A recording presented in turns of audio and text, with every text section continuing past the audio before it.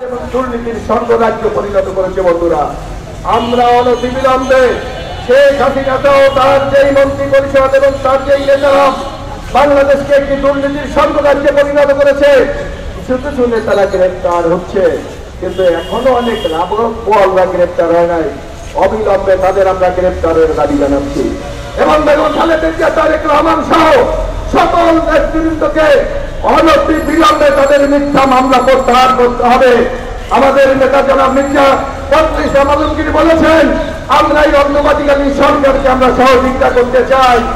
এর অর্থ এই নয় আমাদের নেতৃবৃন্দের নামে মিথ্যা মামলা থাকবে, আমাদের নেতৃবৃন্দ খালেদা জিয়ার নামে মামলা থাকবে, তারেক রহমান বিদেশে থাকবে আর আমরা তাদেরকে সহযোগিতা করে যাব। আমরা অনুরোধ করব অনতিবিলম্বে খালেদা জিয়া সহ তারেক রহমানের সকল মিথ্যা মামলা প্রত্যাহার করতে হবে এবং হাসান মাহমুদ সহ অসংখ্য নেতৃবৃন্দ আমরা শুনেছি আইন শৃঙ্খলা রক্ষা বাহিনীর হেফাজতে আছে, তাদেরকে অনতিবিলম্বে গ্রেফতার দেখিয়ে জনসম্মুখে তাদেরকে আনতে হবে। তাই আজকে এই জাতীয়তাবাদী শক্তি আজকে এখনো রাজপথে আমরা সক্রিয় আছি। আপনাদের নিশ্চয় মনে থাকার কথা, শেখ হাসিনা ওয়াইদের কাদের বলেছিল আওয়ামী লীগ থেকে ক্ষমতার থেকে চলে গেলে নাকি একদিনে 5 লক্ষ লোক মারা যাবে, কি বলেছিল না? আমরা তো চ্যালেঞ্জ দিয়ে বলি, বিএনপির মতো একটা দায়িত্বশীল রাজনৈতিক দল মাঠে ছিল বলে আওয়ামী লীগের একটা লোককেও কিন্তু হত্যা করা হয় নাই। বন্ধুরা, কারণ আমরা গণতন্ত্রে বিশ্বাস করি, আমাদের নেত্রী বেগম খালেদা জিয়া জনগণের রায়তে বিশ্বাস করে, আমাদের নেতা জনাব তারেক রহমান জনগণের শক্তিতে বলিয়ান হয়ে ইনশাআল্লাহ আগামী দিনে বাংলাদেশে প্রত্যাবর্তন করবে। সেই দিনের আশা প্রত্যাশা করে আজকের এই জুমার দিনে আমি আমার এক সংক্ষিপ্ত বক্তব্য এখানে শেষ করছি। শহীদ অমর খালেদা জিয়া জিন্দাবাদ, তারেক রহমান জিন্দাবাদ। রাষ্ট্র রাজপথ ঢাকা বিশ্ববিদ্যালয়ের সাবেক ডাকসুর সাবেক রসিন্দী জেলার কৃতি সন্তান বিএনপির অন্যতম যুগ্ম মহাসচিব জনাব খায়রুল কবির খোকন, জনাব খায়রুল কবির খোকন।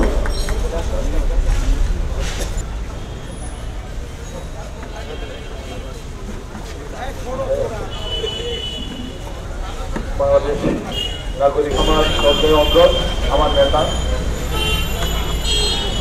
বাংলাদেশ জাতীয়তাবাদী ছাত্র দল কেন্দ্রীয় সংসদের সাবেক সকল সভাপতি, বিএনপির অন্যতম ভাইস চেয়ারম্যান, সাবেক এমপি,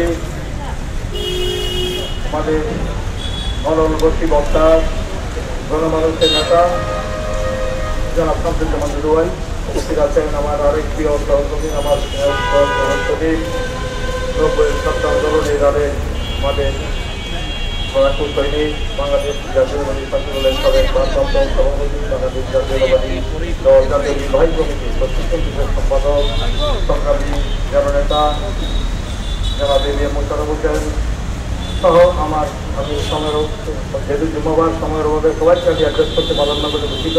উপস্থিত সম্মানিত আমন্ত্রিত অতিথিবৃন্দ, উপস্থিত সচিববৃন্দ, ভাই বোনেরা, আসসালামু আলাইকুম। প্রিয় বন্ধুরা, আজকে আমাদের এই আলোচিত যে বিষয় এটা অত্যন্ত প্রাসঙ্গিক। যে 5 জানুয়ারি যে বাংলাদেশের যে ঐতিহাসিক একটি পৃথিবীর ইতিহাসে একটি বিরল ঐতিহাসিক ছাত্র গণঅভ্যুত্থানের মধ্য দিয়ে দীর্ঘ 800 বছর পর পৃথিবীতে যে ধরনের একটি আন্দোলন গণঅভ্যুত্থান হয়েছে, সেই গণঅভ্যুত্থানের মধ্যে তৎকালীন পরাজিত আমাদের কোটা সংস্কার এবং ছাত্র বৈষম্য আন্দোলনে যৌক্তিক আন্দোলন করতে গিয়ে খুনি হাসিনা গুলিতে নিহত হয়েছে যে আমাদের প্রায় 1,500 ছাত্র জনতা, তাদের বিধি আত্মার প্রতি আমি গভীর শ্রদ্ধা নিবেদন করছি, তাদের আত্মার মাত্রা কামনা করছি, যারা আহত হয়েছেন তাদের সুস্থতা কামনা করছি। আজকে যে আলোচ্য বিষয় সেটা হলো যে এই দীর্ঘ 16 বছরে এই ফেসির এই দানবীয় এই মাফিয়া হাসিনা সরকার এই বাংলাদেশের যে অন্যায় অত্যাচার নিপীড়ন নির্যাতন করেছে, বাংলাদেশ থেকে বিরোধীকে নিষিদ্ধ করার জন্য এই বাংলাদেশের জাতীয়তাবাদী দল, যে দলের মানে আমাদের যে প্রতিষ্ঠাতা চেয়ারম্যান শহীদ রাষ্ট্রপতি জিয়া রহমানের যে যোগ্য উত্তরসূরি এবং বাংলাদেশের স্বাধীনতার ঘোষক শহীদ রাষ্ট্রপতি জিয়া রহমানের যে দল, বাংলাদেশ জাতীয়তাবাদী দলকে বিএনপি সেই জিয়া পরিবারকে ধ্বংস করার জন্য দেশপ্রতি এবং খালেদা জিয়ার যে আকাশচুম্বী জনপ্রিয়তা, সেই জনপ্রিয়তা ঈর্ষান্বিত হয়ে যে বাংলাদেশের কোনো একটি আতঙ্কিত কোনোদিন পরাজিত হয়নি, তাকে বাংলাদেশ থেকে চিরতরে রাজনীতি থেকে তারে নিশ্চিন্ন করে দেওয়ার জন্য, তাকে শুধু নিশ্চিন্ন নয়, তাকে হত্যা করার জন্য আপনারা দেখেছেন তার বিরুদ্ধে যে অনেকগুলি মামলা দেওয়া হয়েছে। সেই মামলাগুলি দিয়ে তাকে আমরা দেখেছেন যে ভুয়া মামলা দিয়ে তাকে কিভাবে মানে ক্যান্ডারের আদালতে ফরমাইশি রায় দিয়ে বেগম খালেদা জিয়াকে 17 বছরের সাজা দেওয়া হয়েছিল। শুধু তাই নয়, তাকে কারাগারে রেখে অসুস্থ বানিয়ে তাকে তুলে তুলে মৃত্যুর দিকে ঠেলে দিয়েছিল এবং তার উন্নত চিকিৎসার জন্য বিদেশে প্রেরণ করার জন্য আমরা বরাবর আমাদের দল থেকে পরিবারের থেকে আবেদন নিবেদন করা হলেও তাকে বিদেশের চিকিৎসার জন্য পাঠানো হয় নাই। তারা চেয়েছিল বেগম খালেদা জিয়া বিনা চিকিৎসায় মৃত্যুবরণ করুক। সেই জন্য তারা দেখেছেন যে তারা কিভাবে আমাদের আরেক নেতা আমাদের বিএনপির একটি চেয়ারম্যান আগামী দিনের রাষ্ট্রনায়ক যে তারেক রহমান, যে তার পিতা ছিল স্বাধীনতা ঘোষক, সে শহীদ দেশের রাষ্ট্রপ্রধান, তার মাতা ছিল প্রধানমন্ত্রী, সে ব্যক্তিকে সেই তারেক রহমান আগামী দিনের রাষ্ট্রনায়ক যে দেশ জাতির জন্য যে তার অনেক অবদান রেখেছেন, তাকে আমরা দেখেছেন মিথ্যা ষড়যন্ত্র মামলা দিয়ে তাকে আজকে কিভাবে সাজা দেওয়া হয়েছে যে এখনো একমাত্র আমার দেশ থেকে 6,000 কিলোমিটার দূরে রয়েছেন।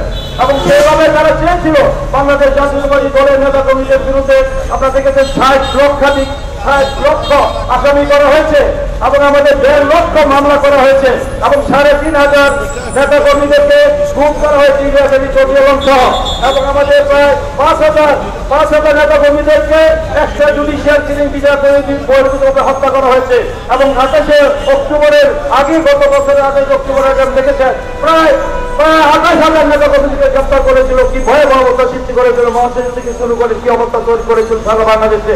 তা এই সরকার বিরুদ্ধে সারা বাংলাদেশে এই অন্যায়, অত্যাচার, নিপীড়ন, নির্যাতন, গুম, খুন সহ তারা যে দ্রব্যমূল্য ঊর্ধ্বগতি মানুষের যে দলীয়করণ, এক ব্যক্তির এক দেশ হিসেবে তারা যেভাবে রাষ্ট্রের এই ভূখণ্ডের মালিক হয়ে গিয়েছিল, এই প্রজাতন্ত্রের মালিক, এই দেশের মালিক, এই ভূখণ্ডের মালিক দেশের জনগণ আমাদের সংবিধানে উল্লেখ করেছে। কিন্তু যে রাষ্ট্রের মালিক ছিল একটি পরিবার, এরা রাষ্ট্রকে বানিয়ে ফেলেছিল। সেই রাষ্ট্রকে বানিয়ে ফেলে এক ব্যক্তি শাসন প্রতিষ্ঠা করেছিল। বাংলাদেশের 16 কোটি মানুষ রক্তবত হয়েছিল এই সরকারের পতনের জন্য। সেদিন আমরা দেখেছিলাম যে কোটা বিরোধী ছাত্র আন্দোলনে আমরা যে দীর্ঘ 9 বছর আন্দোলন করে একটি মানে এই সরকারের পতনের ধার পথে নিয়ে এসেছিলাম। ঠিক সেই মুহূর্তে ছাত্রদের শক্তি আন্দোলনে আমাদের যে আন্দোলনের আগুনের মধ্যে এই আমার কোটা বিরোধী সরকার বৈষম্য বিরোধী ছাত্র আন্দোলনে তারা এসে সেখানে আমাদের সাথে আমাদের সম্পৃক্ত হওয়ার কারণে সেখানে দেখা যায় যে আগুনের মধ্যে ঘি করা হয়েছে, যার কারণে এই যে 16 বছরের বঞ্চনা, অত্যাচার, নিপীড়ন, নির্যাতনের মানুষের পুঞ্জীভূত সময়ের একটা পরিপ্রকাশ করেছে, একটি আহ্বাস হয়েছে, একটি বিস্ফোরণ করেছে। সেই বিস্ফোরণের ঘটনার মধ্য দিয়ে শেখ হাসিনা বাংলাদেশকে পালিয়ে যেতে তা বাধ্য হয়েছে।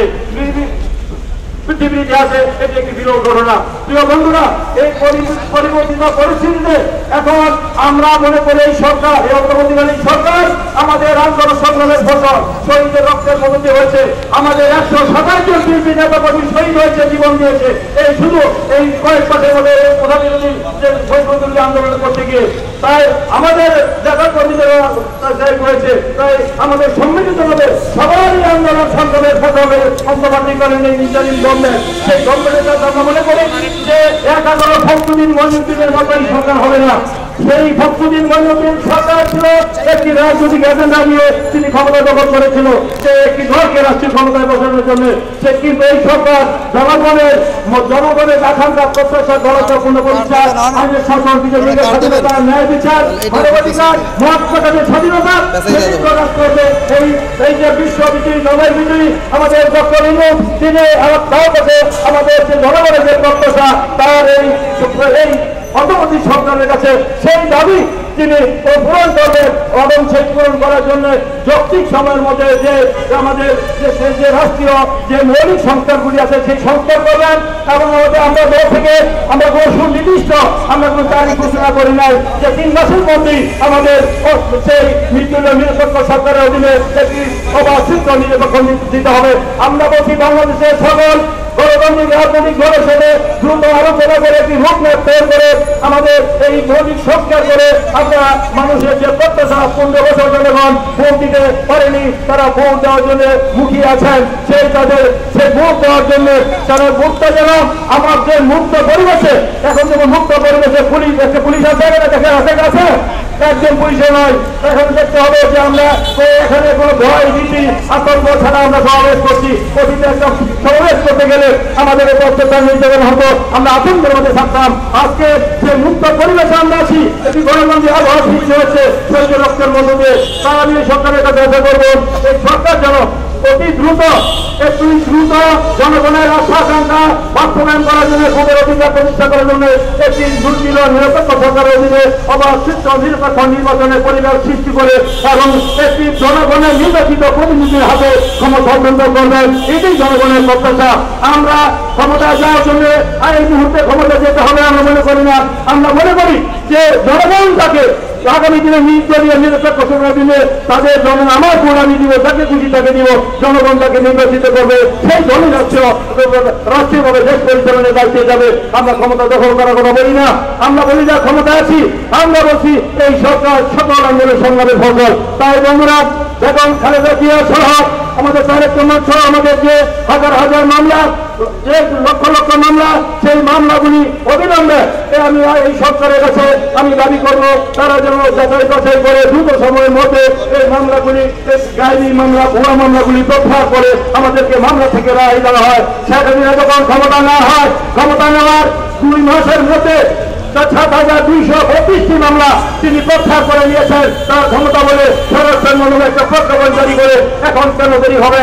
আমরা এই সরকারের কাছে বিনীত আবেদন করবো, আমাদের জানাবে এখন খালেদা জিয়া সহ তারেক রহমান সহ আমাদের মহাসচিব সহ আমার সকল নেতৃবৃন্দ এবং আমাদের সারা বাংলাদেশের রক্ত জনতা লক্ষ লক্ষ যে মামলাগুলি তা হয়েছে সকল মামলা প্রত্যাহার করে নিবে বলে আমি আশা করবো এই সরকারের কাছে।